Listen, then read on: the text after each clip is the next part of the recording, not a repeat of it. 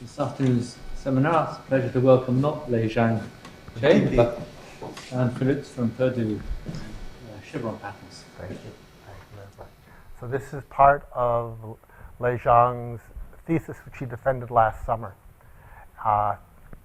This is chevrons. So chevrons, they are angles or V's that appear. They're defects that appear in liquid crystals or other soft matter systems, and they cause distortions. And what we wanted to do is we wanted to analyze models that there are many experts on. Some of the experts are here. Many of them will be here throughout the course of time. And we wanted to try to do it with some analysis and try to understand a little bit more about what the analytic or physical, the connection between the analytic and the physical scalings that might be correct to both mathematically capture something and that also captures what we saw in older papers and experiments. So that is sort of the story for what we're doing here. Let's see. So this is the description of what we're doing. We're going to talk. We'll introduce the basic. This is a broad and eclectic audience. So I'm going to talk about the liquid crystal phases a little bit. I'm going to describe what the energy is here. Again, people here have developed it, and Lubensky developed the type of model that we're using in the 70s with postdocs. I'm going to talk about what chiral symmetric is and symmetric C a little bit as far as I need it in this problem. And the goal was and still is to say a few words about the dynamic problem, because there are still plenty of issues for the dynamic problem to understand. So, and then there's a static analysis. That is what the gamma convergence is good for, and this model is very successful. And then there's a rather hard evolution problem analytically to capture, and part of that's done here, and that's in the third part. I'll say a little bit about that. So, introduction to the problem here. Okay, so basic model. So again, the materials have pneumatic phases. We've all discussed that before, and this is an example of an idea. That's what the molecules we can imagine are long, and that they have, if they're in a pneumatic phase, they have a certain steric interaction, so the order may go in a direction, but the centers of mass may be random as you come across here. And for this particular model and for the phenomena that I'm going to describe, a director model is going to be fine. There isn't the inconsistencies that appear as there does in other physical settings. So this is what we're going to use here. When we cool things down, there's various symmetric phases, and these are pictorially given here, layers form. We've talked about that before in various settings here. Symmetric A is when the molecules begin to go perpendicular to the layers, and within the bulk, not everywhere, but within the bulk, if there is a preferred tilt that the patterns make, that is called symmetric C. And although this angle tilt is not uniform throughout the material, it certainly is, let's say, in the constant ground state, and that is a parameter that we can use within the model. Okay, so we have these layers. Now I want to give it a bit more analytic description. So let's assume that we have these layers formed. I'm going to think about the symmetric C for right now. And so the layers have again, in the bulk or in the ground state, constant ground state, I have a thickness D. And for the type of model, I will talk about a frequency or a Q, the reciprocal times 2 pi. And that'll be a parameter that we're going to work with.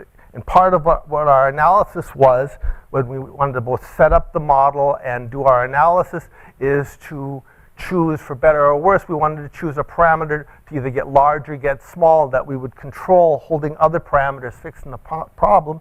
And we are going to take Q, and we're going to let Q get large. So the description, so the phenomenological description of the layering is going to be through a scalar function, omega, and these are the level sets of omega. You can think of it that way.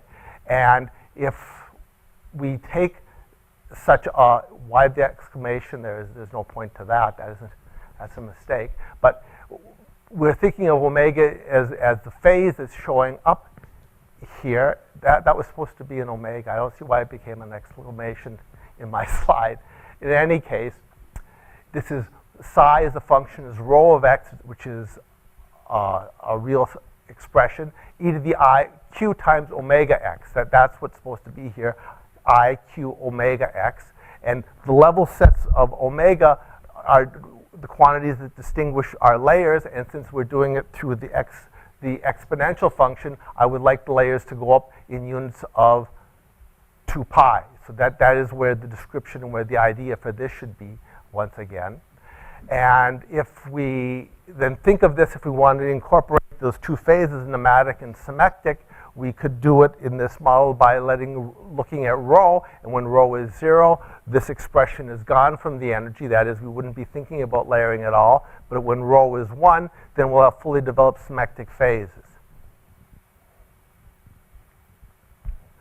The energy that we can use, or we're going to describe,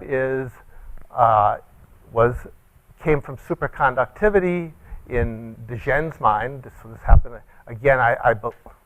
I believe for him, I think, if I remember, I think it was the very early 70s or late 60s, he wrote a paper where he described symmetric A materials, and he drew an analogy between what was used in Ginzburg-Landau theory with magnetic fields for superconductivity and liquid crystals. And then a number of years later, Lubinsky generalized this and saw that you could use the same concept, the same idea, to talk about symmetric C. And the energy that I'm going to describe is going to have 3 parts. The first part is the nematic part, so that would be a term that would appear in the energy. It's going to be a Frank type energy, and it would appear in these problems whether you have symmetric or not. So it's going to be just depend upon the director. The symmetric part, that's what I call the Chen-Lubinsky energy, is going to depend upon this phase function, which should incorporate the layerings that occur, and that is going to depend upon psi and n. And there's an electric driving term for this, because this is going to be a polar material, and the polarization is going to react with an electric field to change its orientations of its molecules. So there's an electric term that's going to appear. Omega is our body. Okay. And now the type of applications that we have in mind here, although this is is going to have polar effects and it's going to have chiral effects, it's going to be a material that's going to be trapped between 2 plates, and its dimension is going to be quite thin. Now, I will get to more of this, and I'll probably repeat it. When you say that a material is symmetric, at least as far as we understand it, it has, is polar. It is going to have, the polar nature of the material can appear in several different ways. It can appear in a mechanical way, or almost a steric way. And what people see, or when you hear talks about when you have a chiral material, you'll have a natural ground state with a twist in it. And that is incorporated in the energies where you don't have a simple Frank energy like this, but you will have another term, a curl term, which will incorporate the allowing of this twist in the material. Well, what happens in this particular application, since the material is so thin, that bulk effect is rendered harmless here. So as far as I'm concerned, or we're concerned for this model, this is going to be a fine elastic term to describe the nematic energy. I really don't need anything either more exotic in terms of different distinguishing types of elasticity constants, or a chirality term for the twist. The chirality, the polar nature is going to show up because of the boundary conditions and the surface effects. The next term, and this is a long term, and I'll try to describe it for you. This is the largest part of the Chen-Lubinsky energy. So you can see this is an energy density, and it is going to involve both second derivatives of psi of various types with various notions of covariant derivatives in it, and these notions of covariant derivatives are described here, and I don't expect you from this slide to have any appreciation for what's going on here, but let's just look at, I got a positive term and a negative one, several positive ones, and I've chosen scalings. You can see certain terms are divided by q cubed and some are divided by q. And what is the reason, or what is the notion? You can ask, why did I write this down, or why did they write this down? Well, part of what goes on, at least the way that we understand how the energies work, they should make good physical sense, and we should be able to get a good cartoon or picture for what's going on when we're deep in either phase. That is, when rho is identically 1 or rho is identically 0, we should say, aha, that makes sense. What happens in the transition, it is nothing to really focus on, because that is sort of a combination to say, I'm seeing a complete description of what's going on there. So with that excuse, let me look at this energy and let me look at it in, good, I see I have an omega here, where I take rho equals 1. So here I'm in the pure symmetric phase. So let me just assume that this is my function psi that I said that should describe if rho is 1 in this particular state. So I'll have pure symmetric description. Let me take that and I'll plug a function n of x in it for the director field, and I'll let me plug those two expressions into the energy on the previous slide, and then we end up with, after some manipulation, with this expression. Okay, again, it has terms. There's no negative terms per se. There's no minus sign sitting outside anymore. The q's seem to have matched up in a little bit more coherent way, but let's look at it and see what the idea is. What the idea is we're thinking of these materials, and nominally when you think of this, even though I say the material is thin, the layers are much thinner. So Q, which is the reciprocal essentially of the layer thickness, Q is getting large, the reciprocal is getting quite small. That is what we're looking at here, and let's see what happens when Q gets large. Well, if I have this as my energy, and if I let Q get large and I want the energy to be finite, I would like to determine the second set of brackets to be, this whole thing should be bounded, so that expression should get small. This term is multiplied by a small factor of it, and then we'll look at those terms in a second. So let's look at the bulk ones, these terms that show up here first, and if I want them to be small, the essential features that are going to happen for this is that gradient omega, that was the layer function, and I've scaled it as such, goes to 1 uniformly. That is, I say I'm getting a uniform layering. What else is happening here? What else is happening is this expression is going to cosine theta. That is the bulk tilt angle.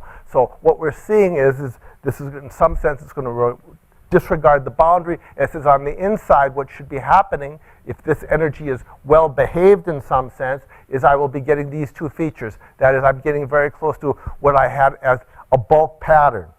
Now that doesn't necessarily mean that it's going to be flat layers. It may not be, but there's going to be a cost for that. And the cost for not having perfectly flat layers is the first term here in braces.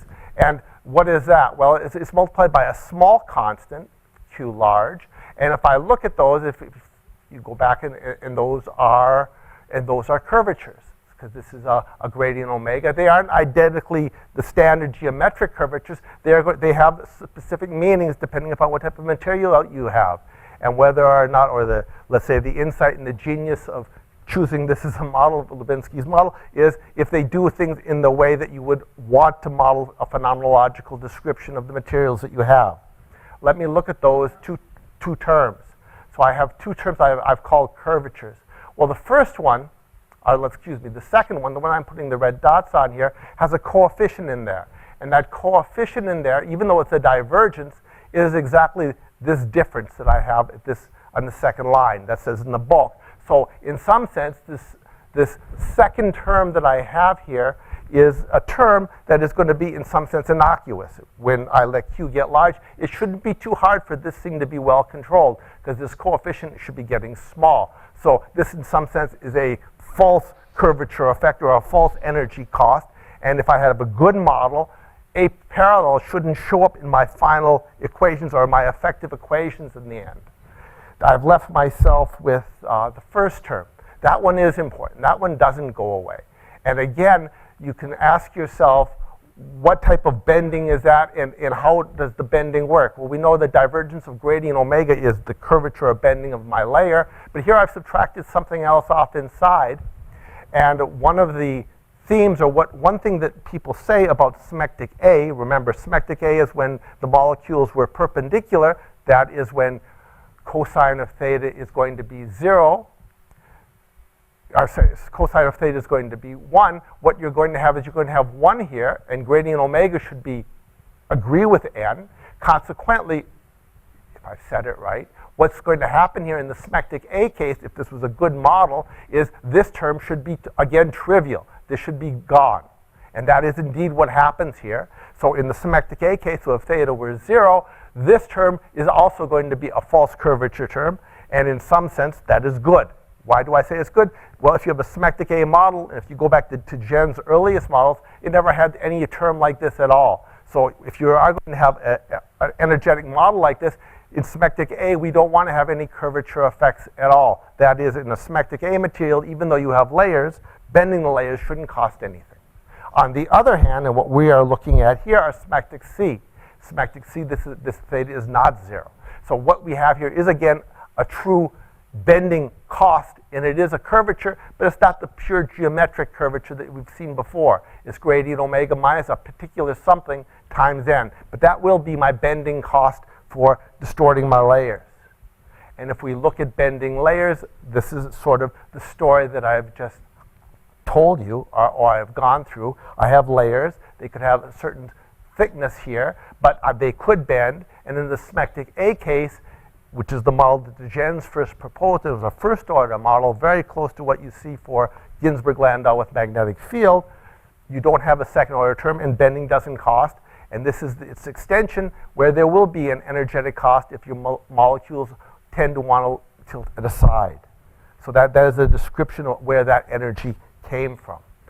The third term that shows up in my energy is the electrostatic term. And so the idea here is not only will there be a director attached to the field of molecules, there'll be a polarization vector as well. And the polarization, as I said earlier, it's going to have, it can induce several different effects. So this comes from a certain lack of symmetry in the polar charges that appear. If you had, again, I said there could be, in essence, a mechanical effect of polarization. That is the twist patterns you saw in large bulk things. On the other hand, this polarization, as I think of it, you can think of it as a sail on a boat. If there's no wind, it's just sitting there and it's just a piece of decoration. But if wind comes up and you have a sail, you are going to be, the effect can be dramatic. And that's how you can think of polarization in the samples of materials I'm thinking about here. The material has a polarization, and if an electric field is applied, it will be, a strong effect is going to happen on the material, and there'll be an energetic cost to the response to the electric field. So there's electric energy.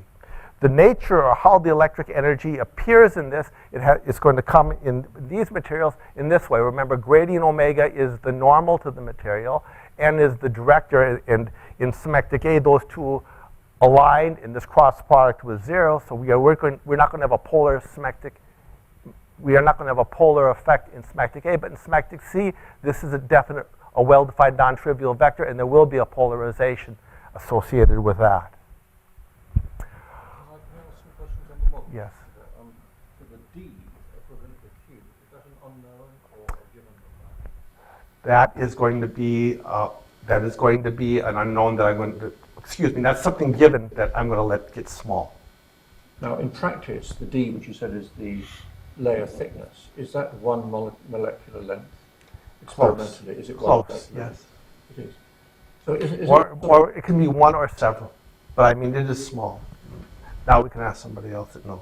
Isn't it sort of worrying that you're using a kind of continuum model down to the length of one molecular length? I just asked you but I mean, nothing about the model. if the layers look That an elasticity for crystals with, down to single atomic spaces, people would say we're idiots. yes. So why is it okay?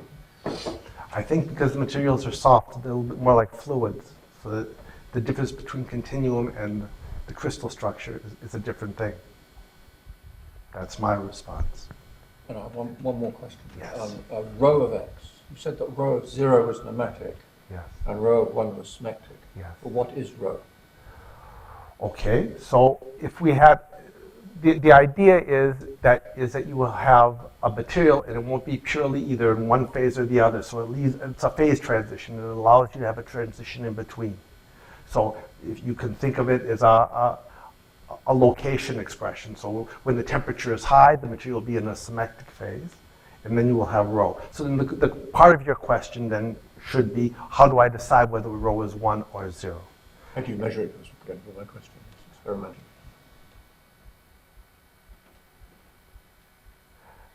X-ray, I think.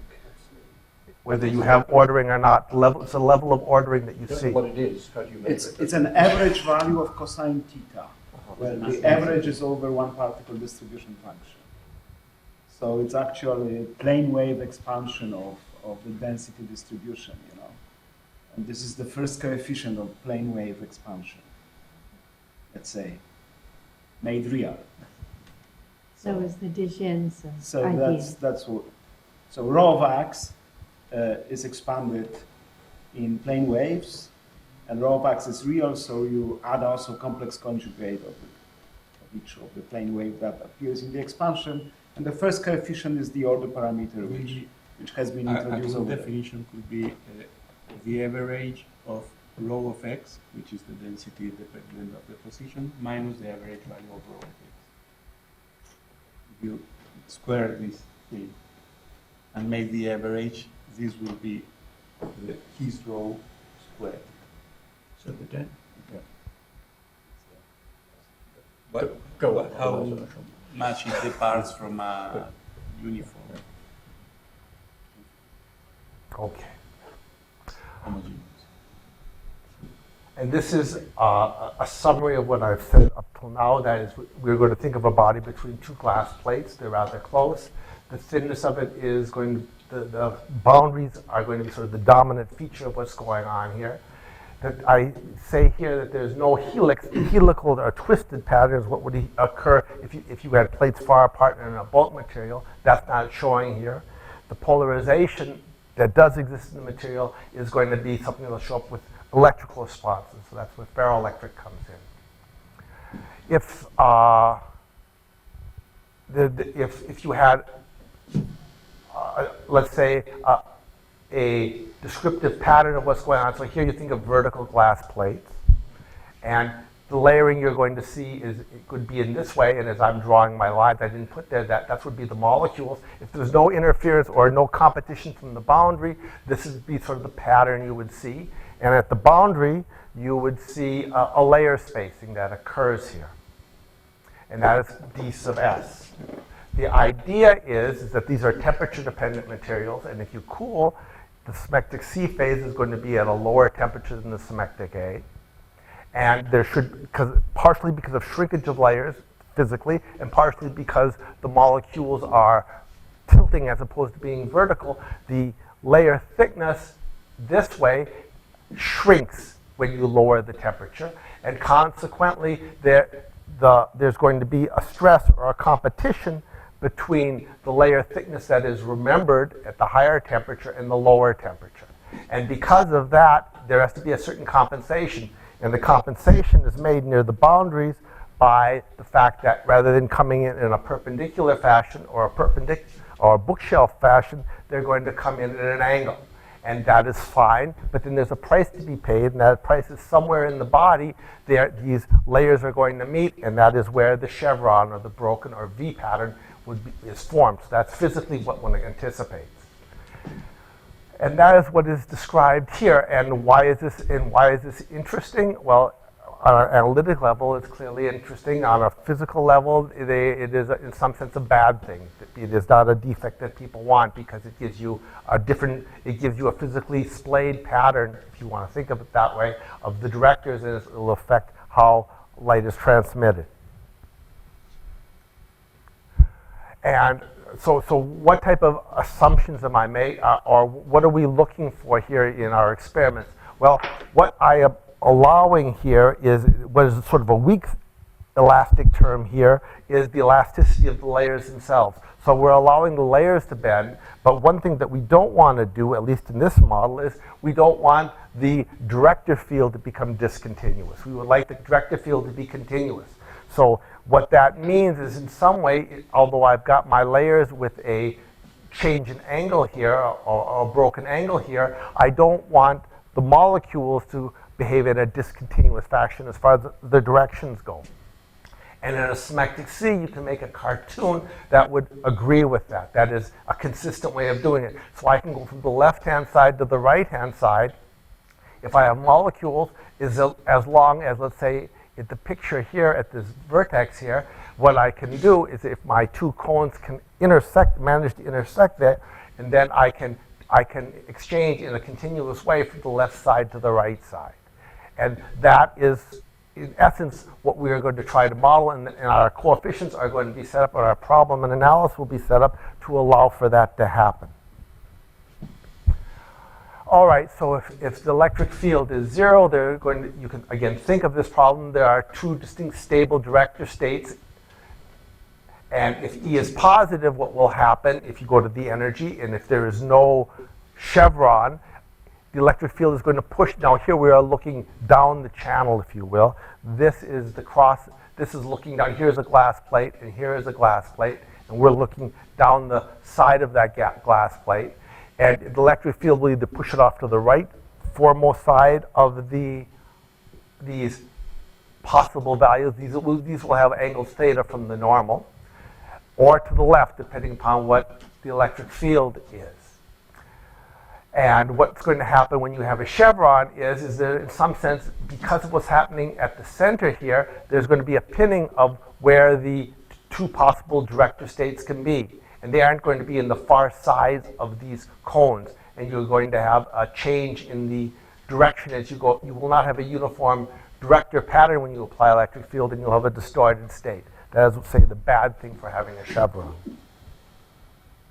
Okay, previous work, and I'm sure that I've left many people, but many people are, I have an office mate here, and I have several other people here who have modeled this, and this work is in some sense like an expansion on their models here. The earliest work is down, that I know of, is the work at the bottom of Clark's group, and part is their work that there's still questions that we have about their work and how transitions occur that are still in our mind that we still would like to understand from this. But a lot of the description and the modeling we have here comes from the group from Ljubljana and then Pakalaka. Okay, let me say, so let me talk about the mathematical analysis, and this is sort of a little bit I want to put this into spirit of gamma convergence. All right, so let me try to describe things. We're going to put things in a rather simple footing here. This is a picture of what we want, not what we actually get at the end. But we are going to assume that we have psi. It is going to have a rather simple form of omega. Omega is going to be x1 minus gx2. So x2 is the variable across. It's quite simple. We're going to think that at the edges of the plate, the symmetric layering is frozen, as we said before with spacing. So at the edges of the plate, I'm going to put a Dirichlet condition on omega. And that means I'm going to say exactly how omega changes on these lines.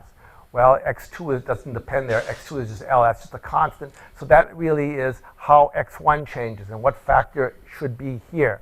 And this is exactly the factor that I should want if my layer spacing here is going to be dB, and I want to move omega an amount ds as I go. I want omega to change amount dB as I change to an amount ds. This is the coefficient I should have below the x1. Why do I divide the g by it? Why not? G is going to be an unknown in the problems. That really doesn't appear as any problem whatsoever. It's just a way of writing it. But this definitely is a Dirichlet condition or a freezing condition on omega on the boundary. So that is part of the description. N is going to depend just upon, as it varies across the cross-section, it's going to be a function of x2. And again, G is going to be an unknown, and N is going to be an unknown in the problem. And we simply write it in this way. Here, the boundary layer structure agrees with the periodicity of psi at the boundary. It's a strong Dirichlet condition. And now, so let me plug those expressions into my energy, and then we get these terms. And we just want to do an analysis of these terms. We put these terms in before in a slightly different form, but this is a little bit more specific, but I have a whole bunch of terms. So I have, if you remember from the symmetric energy, it was a 1 over q times the terms, and then another one came up with q, a large expression times them. I have the Frank energy and the electric energy. Okay, so we want to minimize this problem. So in the weakest possible setting, what do we have? Well, I have G prime will be in L2. Remember I said I wanted to have boundary conditions on this that froze the boundary, so these are going to be the same constant. There are various types, there are various types of boundary conditions on N you can make. And here this is taking the simplest, there's no boundary condition on N whatsoever. We can also treat the case where I guess standard conditions on the boundary is you want to say that N lies within the layer plane. So that's a statement about N2 either being 0 or a weak anchoring condition on N2. You can make both of those assumptions. One thing is that even though it's in one variable, it's a rather messy and complicated problem. And it would be nice to see that there's a coherent limiting problem where you will see some competition between the electric field and what's left of the elastic forces to try to understand. And that is part of what we do here. Dan, can I ask Please. another question on my side? I still haven't really quite understood what omega is. And you said that the level sets of omega would give you the layers. Yes. But what is omega in between the layers? Because, I mean, the G enters the omega. So if we're going to apply a boundary condition for G, you need to know what omega means, right? Omega is playing the role of the coherent layers of what is going on. And what I'm going to see, okay, we told a sort of story of a cartoon. I would like the cartoon to come out in the limit when Q is large. That is, that omega is going to be, as I have here, and there's going to be a prescribed or understood spacing here that is going to match up with, I say, gradient omega should be 1 in the limit or in the bulk. So essentially what I want to end up with is sort of two bulk states in the limit matching. So now what is omega? Omega is an unknown. And what we're doing here is we're making an assumption on the structure of omega, still leaving part of it unknown. The part of it unknown is the unknown G. So it doesn't have a physical meaning, omega? It doesn't have a physical meaning. I look at my patterns and I see the patterns have a layering. And this is the spacing of the layerings that I see. But you could have lots of different omegas which would have the same level sets, right? And that would give you the same. Yes. That would give you the same layers. But yes. So what does it mean, omega? This one's going to minimize an energy. This is the elastic bending energy, and I'm having boundary conditions, so I'm not quite sure if I understand your question. Well, I mean, the C enters the energy, right? Yes. So effectively, the unknown is omega, if you're giving Yes, Q. yes. I'm just saying, I don't know exactly what it is. I don't know what how I'm supposed to be comparing it to experiment, other than in terms of its level sets. That's right, and it's level sets, and I know the gradient, in the limit, the gradient of omega is going to be 1, so I'm going to see exactly how they're spacing. I'm also going to see how it's spacing. That is the structure I'm going to see in the end. I guess I think it's kind of arbitrary with respect to a constant. You can like add or subtract a constant from it without changing anything, because it's kind of like a phase function maybe in geometric optics. If you had put an e to the I phi of x into an optic problem and pulled out like an Eikenall equation, you'd get an equation involving grad of phi. I think this omega maybe is kind of like the phase function in geometric optics where you're trying to study some light propagations. Here you have a director field. You have a director field. If you had a pneumatic, then you'd be happy to know what the directions of those molecules are. In a symplectic phase, not only are you having a director field, but you're starting to see layering of those molecules. It's getting closer to a crystalline form. This is putting in that level of structure to a degree. It doesn't say that the molecules can float along the layers, but it is saying that the molecules begin to coherently give you patterns of layers, and you'll know what the spacings are. That's what omega is. G is not linear, right? Even though No. it's kind of linear in your picture. That's right. That's what we want to get to in the end. G is an unknown Do you function. think maybe of both omega and coming back to the intensity rho, as if you are making a sort of Fourier expansion of the density rho of x goes to a homogeneous state. So rho of x is equal to rho naught plus something depending on x. if you write this like rho 1 cosine omega x, then the omega is the phase. So omega is meaningful in this sense also when it is not in the level set. So the maximum of the density rho of x is attained in the level sets where omega is equal to 1, omega is equal to 2, and so on. The minimum in between, halfway between two level sets, and then, so if you plot your density, you see something like a wavy function. This comes from experiments, and so you can see in this wavy density an amplitude of the oscillations, and that's the intensity that you put in front of the exponential. For example, phase. in Pingwen Zhang's talk in the workshop, he mentioned a model in which there was a concentration, which, if I understand, is your density. So that seems to be, that's something at least, you might argue about what it meant on molecular length scales, but at least we know what it is.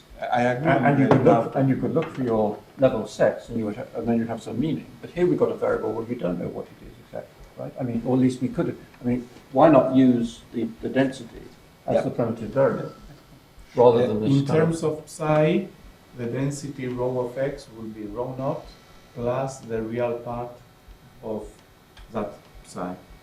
That's how psi is connected to the real density, let's say. It's a good question, why don't we use really the density instead of this?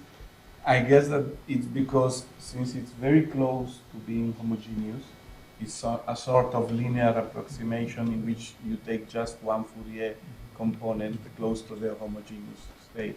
So you linearize and get something simpler, let's say. It also dramatically reduces number of parameters that you have to consider when you just refer to the density directly.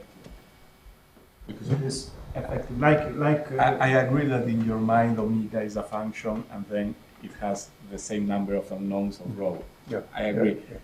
In the mind of the physicist, omega is a constant. It's almost a constant. Almost a linear function. Yeah. So what you put there, physicists would always write omega, which is a constant vector, dot the position. So it's almost linear, which means that the layers are almost parallel, and then you again linearize in omega close. So it's trying to get simpler and simpler things. But hidden there is the density. Sorry, Dante. Okay.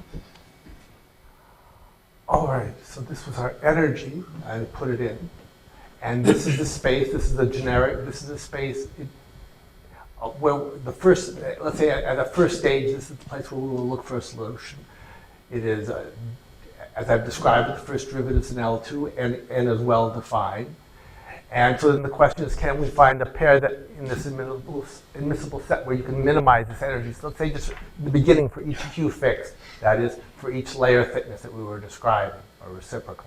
And then what happens when you let Q get large? Can you talk about an effective problem and see what's going on with that? So what we do is we need a bit more restrictive set of functions. Something, if you go back to the energy involved second derivatives of G. So that's what we want. We don't want to have something with two derivatives of G in it. I could have this set. And now we want to do some calculus of variations. And our first theorem, or our theorem is for each Q fixed, that expression of that problem in calculus of variations has a minimizer. And to that regard, you can look at the energy and you can come up with a test function. If you would look at now the energy as it was written, except for a bounded lower term that had a sign difference, everything else was positive, so the energy is uniformly bounded. If you work through the algebra, you can get for each Q, you can get a coercivity condition on the energy, so you can get a coercive bound on the expression. You have bounds like this. And then we can apply standard lower semi-continuity. So for each Q, you indeed have a minimizer for this problem. All right, so it involves second derivatives and first derivatives, but one can get a minimizer. The more interesting question is what happens when we let Q get large, and what happens in that case? So this is saying that you do have a minimizer. Okay, so gamma convergence. So this is why we introduced the first space X, which was a little bit weaker, which was definitely a broader class of functions than the Y, where we found solutions for each of the Q.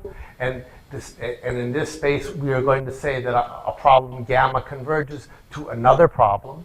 If, let me say in these words, I want to have two inequalities hold. The first one is a statement that for every U in X, and every sequence U sub epsilon converging to U, I have a lower semi-continuity statement hold. And for every U in X, there exists a sequence from which I can get a reverse limb sup inequality to hold. And those are essentially the features that we want to pair our problem to here. And part of the reason for this is what gamma convergence gives you. You can append to it a term that is continuous, and you will still be able to do gamma convergence. There's a stability of minimizing sequences. That is, we can recover information about a sequence of minimizers and relate that to a minimizer for F. That is, for hopefully a simpler problem that is a little bit cleaner and a little bit easier to understand. And there's a compactness results that come from this. And the classic example for those who haven't seen gamma convergence is something from the 70s from Modica and Mortala. And this is a very simple problem. Here you have W, which is a double well potential, and you have a function U, and you want to minimize it with some boundary conditions or without boundary conditions. And the thing is that W has two wells, and I'm going to lay another condition on it. Let's say that this is my condition that I want to have. And what I will then do is I would like, here's -1 and 1, and I look at functions under this condition, and I want to minimize this and let for each Q, and then let Q get large. And what I see here is this term is enforcing the function U to either live very close to these two values, and this term, although the coefficient in front is small, is saying that the transition can be small, but in some sense I hope that I have as few transitions as possible if I'm going to do a proper way of minimizing this. So the idea is we would like to get closer and closer to this picture for Q large. That is the Modica example, and this is how it appears in our problem. So in the same way, we have a higher order term, which we multiply by 1 over Q. That is what's appearing here, and that's part of what the scaling is. I have the other terms, which is enforcing the bulk angle condition that is also coming out of the energy, times Q here, and what Lay saw, and then we have other terms. That is what I was saying, that both the elastic energy should in effect be continuous, and then the electric energy sit outside of those red braces. And then our theorem, our gamma convergence, is we want to have an effective or limiting problem, and that is what I describe here, or what we describe here. I'm going to say F sub Q. I first extend it to all functions that I describe, and this is what the gamma limit is. This is a much simpler problem. This K should be inside here. This is the mistake. That should be inside this term. That's a small thing, but the idea is just like in other gamma convergence problems, we end up with sort of an L1 condition, and that is a jump condition on the function G prime. G prime goes from B to minus B in this problem. So this is my limiting problem. And the limiting set of functions onto which F infinity, this limiting problem is finite, has lots of good conditions that follow along that are forced on you by letting this Q go to infinity. This corresponds to the two wells 1 and -1. And these conditions are, one, this is n2 equals 0 at the jump. So what we're thinking about is when a chevron forms, that is where G prime is going to jump. That we say n2 is 0, that is essentially saying how I can go from one side of the chevron to the other in a continuous fashion for the director field n. G prime is B. This again is not something you prove, but this is something you do prove. This isn't something you assume. It is telling you that you do end up with a piecewise linear expression for G prime. You do have chevrons forming. And this last condition that follows is the statement that n dot, the normal, is going to have cosine theta as its angle. So these are the analytic descriptions.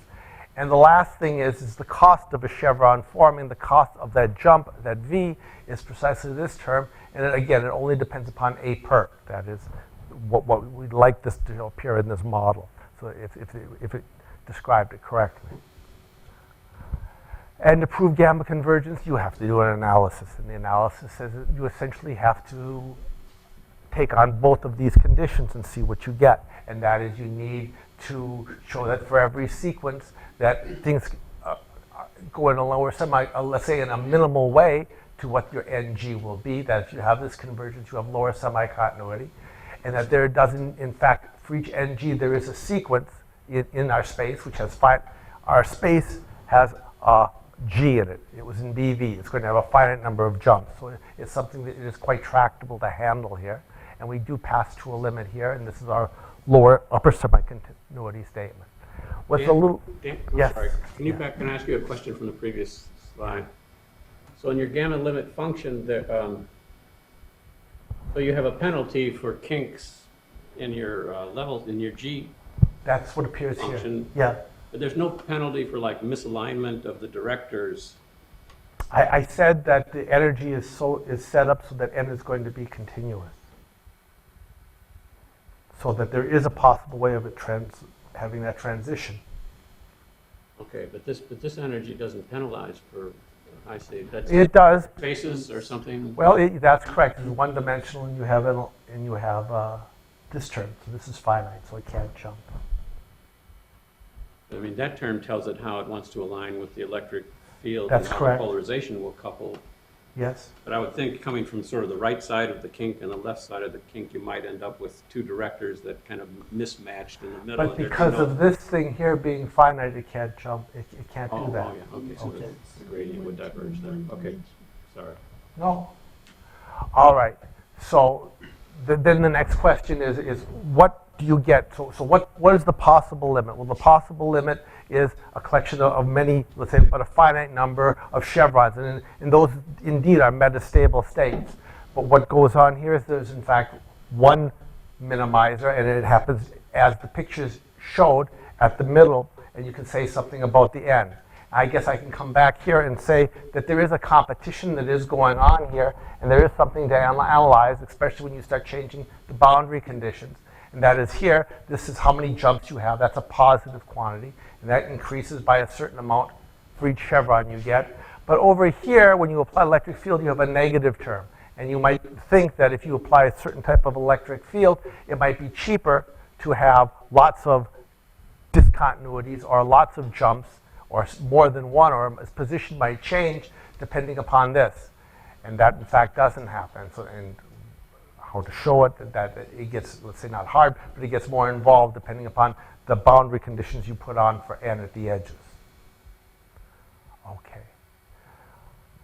And at the chevron tip, like I said, it's continuous. It tells you exactly how you are crossing that tip. Then may I ask a question? Yeah. I don't understand. Does a jump in G force a jump in N or No. I don't No. understand. I understand that it would cost an infinite energy, but Yes. where is the term saying that N would like to be at correct angles with respect to the layer normal? That comes down, in order to have finite energy, you are I going... understand the gradient of N squared, but Yeah. that by no means is interested in saying that. No, but I mean these conditions here. And that condition 1, N1 minus R2, blah, blah, blah. Yeah, that is, and that force code. point Yes. point. Yes. Must be true Yes. at each point. Yes. So if G prime jumps, Then the only possibility, remember there N was... is forced to jump, no. No, remember that there was a picture of two cones, one from the right and one from the left. Okay. When they intersect, there's just two places, one on the left and one on the right, where they can go. I understand. Yeah, and that is, I understand. This So can for be- each jump, N has some limited number of possibilities yes, to keep energy finite. Yeah, yeah. I understand. yeah, Thank you. you bet. Okay, and here, and so again, so what you can do is, this is a pattern of N, and it is small in this picture, but what you can see is there is a distortion. And so the idea is this gives you a limiting problem to look at, That is, and you can see what the chevron does. Here are the points that Paulo just asked about, and it essentially in the center it pins N to be not too far over, and the electric field farther away from it pushes it farther to the right, and there's a distortion, and that is the price of that chevron. Okay, so this is what is described in the static part here. So we have minimizers, and we can say you have an effective problem. We can say something about it. The second part, or what I wanted Leigh to look at, and she did, is I want to talk about evolution for this. I was interested, and we were interested in switching for this, and there still are issues with this. And so, first of all, we want to do a dynamic analysis, and let me say, we're going to talk about a gradient flow for this, and it's an involved one. So we just wanted to see what one could do for it.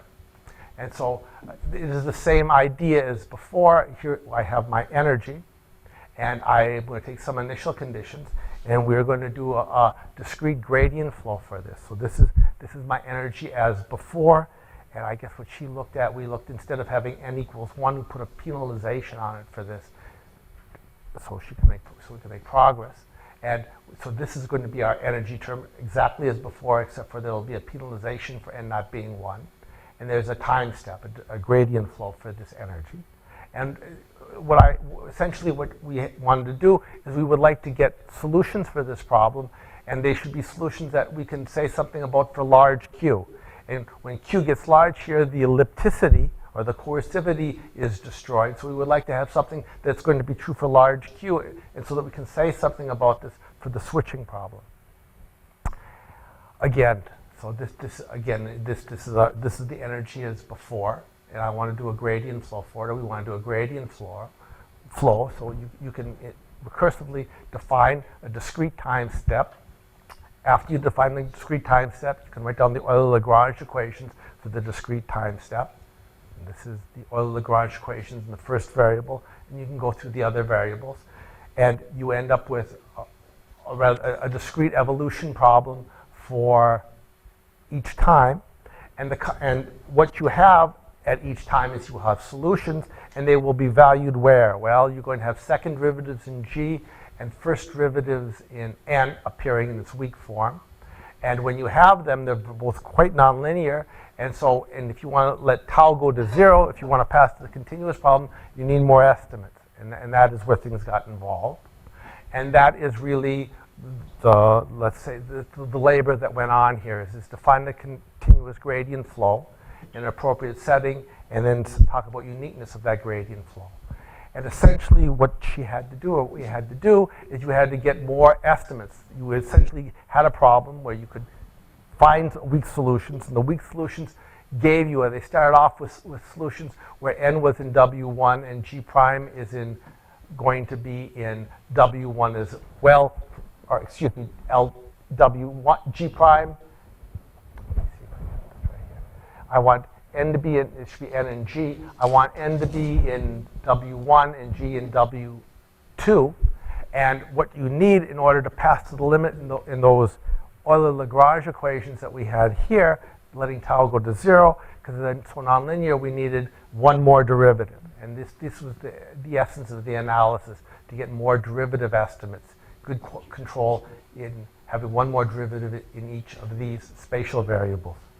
And once you did that, one could pass to a limit, and you had weak equations, and you could get estimates in some sense independent of Q, as long as the initial data was well prepared. So for Q large, that's when the ellipticity or the coercivity starts to reduce. You can get solutions with well prepared initial data, and the solutions, in fact, will be unique. What this problem still has, there's still issues, is there's a huge energy barrier when you want to use the electric field to switch, and that is something that is yet resolved, and that's another part of this problem, to look at a more general problem that's going to allow that, to allow melting.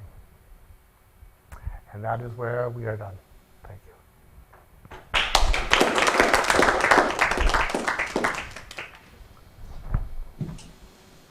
Questions? So with this bistable switching, I mean, you said there's a huge energy barrier, but that would depend on the physical characteristics of That's right. the setup, wouldn't it? So There's an energy barrier in the analysis that we have here.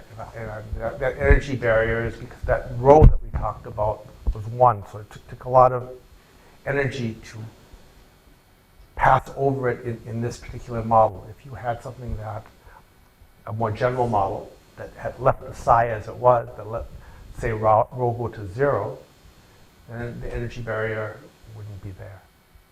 So the point is that when we talk about symmetric and pneumatic, you can think of that as being temperature dependent, going from one phase to the other. You can also go from one phase to the other when stress is induced, just like you put pressure on ice and you can let it melt.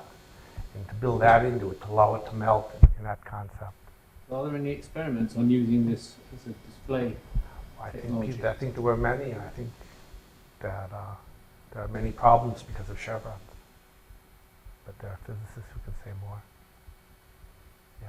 I mean, the model's already complicated enough. It's safe to assume that the electric field doesn't change too much. You just take assume the electric field is a constant. You treat it as constant through the sample. Yeah, it's supposedly quite quick. I'm not using Maxwell's equations.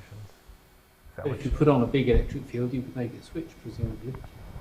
No? Yeah, no, but I mean, sometimes the local electric field is slightly altered by the material, but I mean, it probably is small, and this thing is complicated enough as it is. Just treat the electric field as uniform throughout, and nobody. Then I was a little bit surprised by you saying that in the magnetic case, there is no bending energy. In these models, there isn't. But I mean, I would accept this if I'm just perturbing kind of linear arrangement layers. But in your case, I mean, especially close to the tip of the chevron, there's a great deal That's of true. distortion. Yeah. You pay it in display term of the pneumatic energy. That's true, but in terms of the layer itself, for example, like I was saying, the earliest models by Degennes using this idea, they had a first order energy, it wasn't second order. So this term wasn't there. That's because these were just linearized models. No, I don't think so. No, but the divergence of n squared display term, Yes, if you write n as gradient of omega, yes. in the case, In that case, it'll show up in that the case. divergence of the gradient is just the mean curvature. Yes, of yeah. the layer. There you have bending showing up in that term. That you pay Yeah, in any case. yes. You have to keep k finite. I think there is more in the real table. Okay. Yeah. Yes? But in the Chen-Lubinsky, if you take the C perk to be of a positive sign, that will still describe symmetric A, right? That's true, but again, I when don't know if it's a good model, but it still will, but again, this, in the limiting case, this curvature term disappears. And that is Probably Epiphany is right in that there is that term, but since you have the other term in display, you already obtain a physically reasonable model just with the that's mean physical. curvature term. Then clearly also the other one is Because there. the space is completely different from. Comes from a the different energy. origin, but in that The idea case, that we are arranging, we are just arranging molecules in these layers of density. And of course, I mean, it has made it difficult to bend them. That the old story that the curl of the layer normal is vanishing. We don't have layer penetration, and then you can't get bend.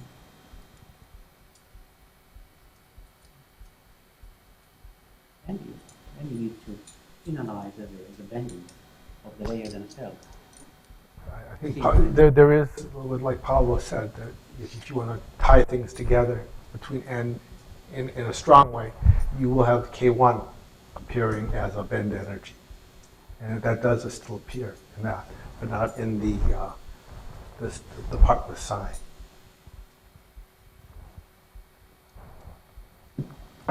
Sorry, one last one. I'm thinking about John's earliest question about, I mean, so Chen and Lubensky, they were, I haven't read all these papers, but Chen and Lubensky were following Desgen's essentially and generalizing it to tilt it to smectic C kind of stories, right? Yeah. Because did they say, because it is the case, I mean, normally in the continuum modeling, isn't the first assumption you make is that your field variables are kind of slow on molecular sorts of scales. And yet here you've got this wave function telling you where your layers are, which is varying on a molecular length scale. Now here, when you pass to the gamma limit, then you're going to kind of the zero layer spacing, macroscopic kind of picture. But at that stage, you're kind of violating sort of a basic continuum assumption. But I mean, I would assume in these papers that either Desgen or Lubensky or one of these people would have made some remark about that. No, I mean, I guess when I spoke with Waldo about these things, he said, you know, as long as it's not crystals, then you can use these types of models. that's Crystal, when you crystal. responded. It's the soft, Mhm. it's the Uh-huh. soft matter rather than Uh-huh. hard matter. That's right. That lets you get away with it. Also in those Ben-Core fibers, like Tony Yockley looks at, those layers are a few nanometers, like 5 nanometers. Right. And so they still use that model. That's like having the cube being large, or that layer size is 2 pi over q. Right. And that's sort of the idea of letting q get large, because the layer size is like on the order of 2 pi over q. Yeah, but they don't model them. I don't. I mean, does Tony Yes, model they, these? yeah, that's Oh, what we that did is. with, That's what it is. we generalized You did too. your model. Your paper was. We generalized Exactly. your model We did. with Tony. We didn't have a psi parameter. No. We had a Yes, you did. macroscopic model. No, Yeah, you but did. we also did a gamma convergence in that one. And we get the stability of the solutions that you guys had. You had layers. We had layers, but we didn't have a field variable that was going like that. I can't remember a psi. I don't know. You're probably right. My memory's not so good. I don't know about the scaling, but in the limit, it justified the radial model with the core. The core was picked out by the model as a free boundary. Anyway, that was the physical, I would say, reasoning for letting Q go to infinity, is that those layers are at the nanoscale, and the reciprocal of Q is on the order of the size of the layers. Yeah, no, that's for sure. Doesn't phase field crystal modeling make a similar kind of jump? I don't know. I don't know much about it, but phase field is in the spirit of slow variation. But when you go to modeling crystals, I think they actually do take this limit of Q getting shorter and shorter wavelength. Going into sort of narrow diffuse interfaces to sharp interfaces, kind of in the phase field I model. work on that sort of area, and my problem is I never know what the phase field is.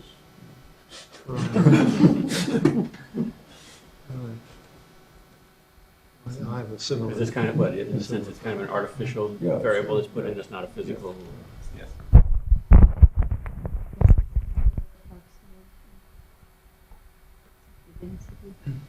But are there experimental situations for smectics where in fact you see a layer spacing that is, a large number of molecular lengths, so that then it makes it sort of more reasonable to take the limit of some parameter that would make them smaller and smaller, because it would feel better to me.